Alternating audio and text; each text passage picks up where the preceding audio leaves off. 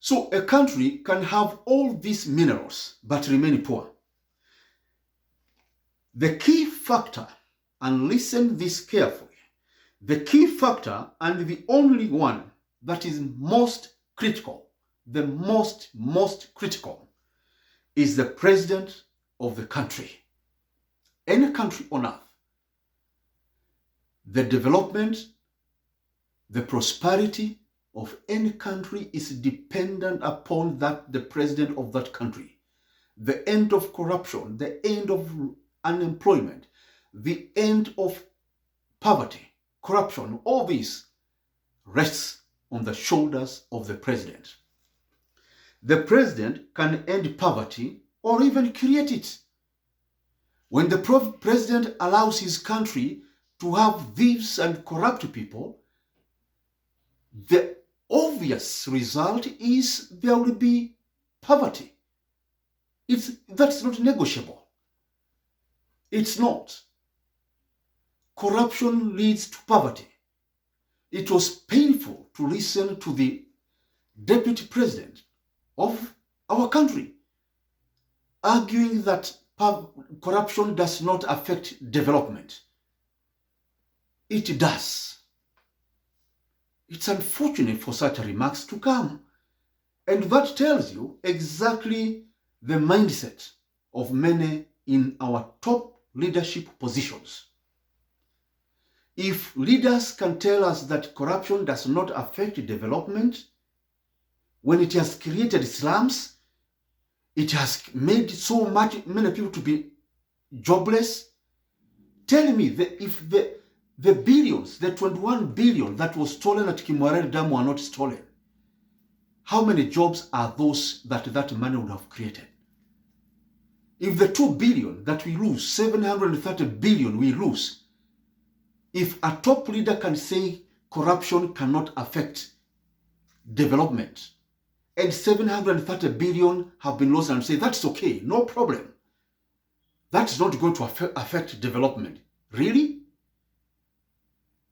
How many people would have 730 billion employed? Over 10 million Kenyans will be having jobs today. But that money, you guys in leadership stole it or presided over its theft. Fellow Kenyans, the president can make the rich poor, or he can also make the poor poorer. He can. Those who are rich, he can make them rich. Those who are rich, he can make them poor. And we have witnessed this, where presidents have made those who are rich in a country very, very poor.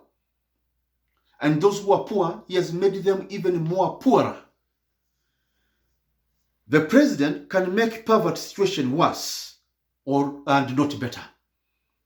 The president can create millionaires in a country or povertinaires. Citizens may work extraordinarily hard. We can even work for 25 hours, if there is anything like that, per day. 80 days per week, if there are 8 days in a week. I'm talking about working extra hard. We can work even beyond the 24/7. If there is 25/8 or 26/9 and all that, we can work for all those hours. But unless the president is committed from his heart to develop his country, most of our efforts will be in vain. We won't go very far. Because you'll try this, go to buy things, they are fake. Because the government is not checking things well, so that goods are genuine. So you end up buying something that is 10,000, and then within a day or two, if it is a car, for example, you drive for 5 kilometers, that spare part breaks down. Fellow Kenyans, what would have been the problem? It's because the quality of goods was never checked. The president did not put his foot down. You have lost 10,000. Has that increased income in your family, or it has reduced income? You have lost in that situation. Fellow Kenyans, We have seen this situation all through. A president can tear down or build many walls of poverty or misery to a country. We have seen in Amin's Uganda, Mobutu's Zaire, in Chad, in Nigeria, everywhere across the country, across the continent. Almost all countries in Africa, the transformation of any country is determined by the president.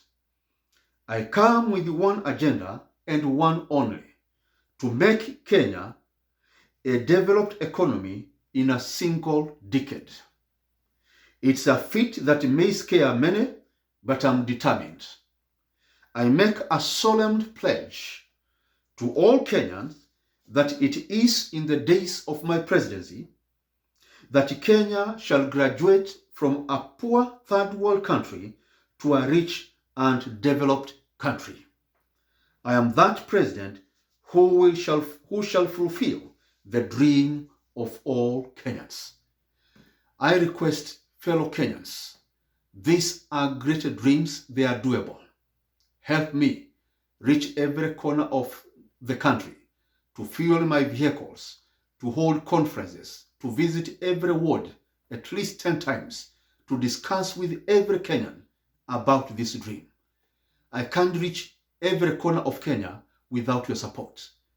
Send me 100, 200, a liter of fuel, just any 1,000, 2,000. We move forward this agenda. Support me at M-Pesa 0748265314. Kenya shall never be the same again.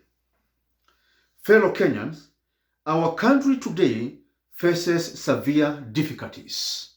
Some new, others as old as our country, or as old as the oldest person there is in Kenya.